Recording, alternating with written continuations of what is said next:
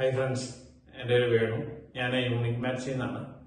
ഇന്ന് നമ്മൾ ഡിസ്കസ് ചെയ്യുന്നത് നമ്മൾ ഔട്ട്സൈഡ് മാറ്റുകൾ എങ്ങനെ ക്ലീൻ ചെയ്യണം എന്നുള്ളത് നമ്മൾ കഴിഞ്ഞ വീഡിയോയിൽ പറഞ്ഞിരുന്നു. ഇന്ന് ഇൻസൈഡ് ഡോർ മാറ്റുകൾ എങ്ങനെ ക്ലീൻ ചെയ്യാൻ പറ്റുന്നതിനെ കുറിച്ചാണ് നമ്മൾ ഇന്ന് ഡിസ്കസ് ചെയ്യുന്നത്. 3 ടൈപ്പ് മാറ്റുകളാണ് സാധാരണ രീതിയിൽ ഇൻസൈഡിൽ ഉപയോഗിക്കുന്നത്. ഒന്ന് കോട്ടൺ മാറ്റ്, രണ്ടാമത്തെ ജൂട്ടിന്റെ മാറ്റുകൾ, മൂന്നാമത്തെ നമ്മുടെ കൊയർ ഡോർ മാറ്റ്സ്.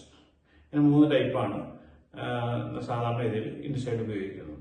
അതിൽ ജൂട്ട് മാറ്റ് സാധാരണ രീതിയിൽ നമ്മൾ കൊയർ മാറ്റ് നേരത്തെ പറഞ്ഞ പോലെ ഔട്ട് സൈഡിൽ കൊണ്ടുപോയിട്ട് നല്ലപോലെ ഷേക്ക് ചെയ്തിട്ട് വാക്യൂം വെച്ച് ചെയ്യുകയാണെങ്കിൽ നല്ലപോലെ ക്ലീൻ ആവും. ഇതിന് വേണമെങ്കിൽ കുറച്ച് നേരം സൺലൈറ്റിൽ വേണമെങ്കിൽ ഒന്ന് ഡ്രൈ ചെയ്യാൻ വേണ്ടിയിട്ട് ഇടുകയാണെങ്കിൽ നല്ലപോലെ ക്ലീൻ ആയി കിട്ടും. അതുപോലെ തന്നെ കൊയർ മാറ്റിൽ അതുപോലെ തന്നെ ഔട്ട് സൈഡ് കൊണ്ടുപോയിട്ട് നല്ലപോലെ ഷേക്ക് ചെയ്യുക, ബാക്ക് സൈഡിൽ എന്തെങ്കിലും വടി എന്തെങ്കിലും വെച്ച് തട്ടുക, അതിനുശേഷം വാക്യൂം പിടിക്കുകയാണെങ്കിൽ 2 സൈഡും നല്ലപോലെ ക്ലീൻ ആവും. മൂന്നാമത്തെയാണ് കോട്ടൺ മാറ്റുകൾ. കോട്ടൺ മാറ്റുകൾ നിങ്ങൾ ചെയ്യുമ്പോൾ മെയിനായിട്ട് ശ്രദ്ധിക്കേണ്ടത് അത് ഒരു അരമണിക്കൂറെങ്കിലും നമ്മൾ ബക്കറ്റിലോ അല്ലെങ്കിൽ വേറെ ഏതെങ്കിലും പാത്രത്തിലോ നല്ലപോലെ സോപ്പോ അല്ലെങ്കിൽ അങ്ങനെ സോപ്പ് പൊടി എന്തെങ്കിലും ഉപയോഗിച്ചിട്ട് ഒന്ന് ചൂടുവെള്ളത്തിൽ ഒന്ന് മുക്കി വയ്ക്കുക അരമണിക്കൂർ.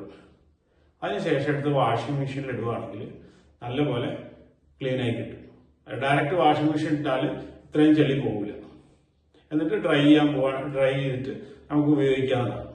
ഇതാണ് സാധാരണ രീതിയിൽ 3 ടൈപ്പ് മാറ്റുകൾ ക്ലീൻ ചെയ്യാൻ ഉപയോഗിക്കുന്ന മെത്തേഡ്. Thank you.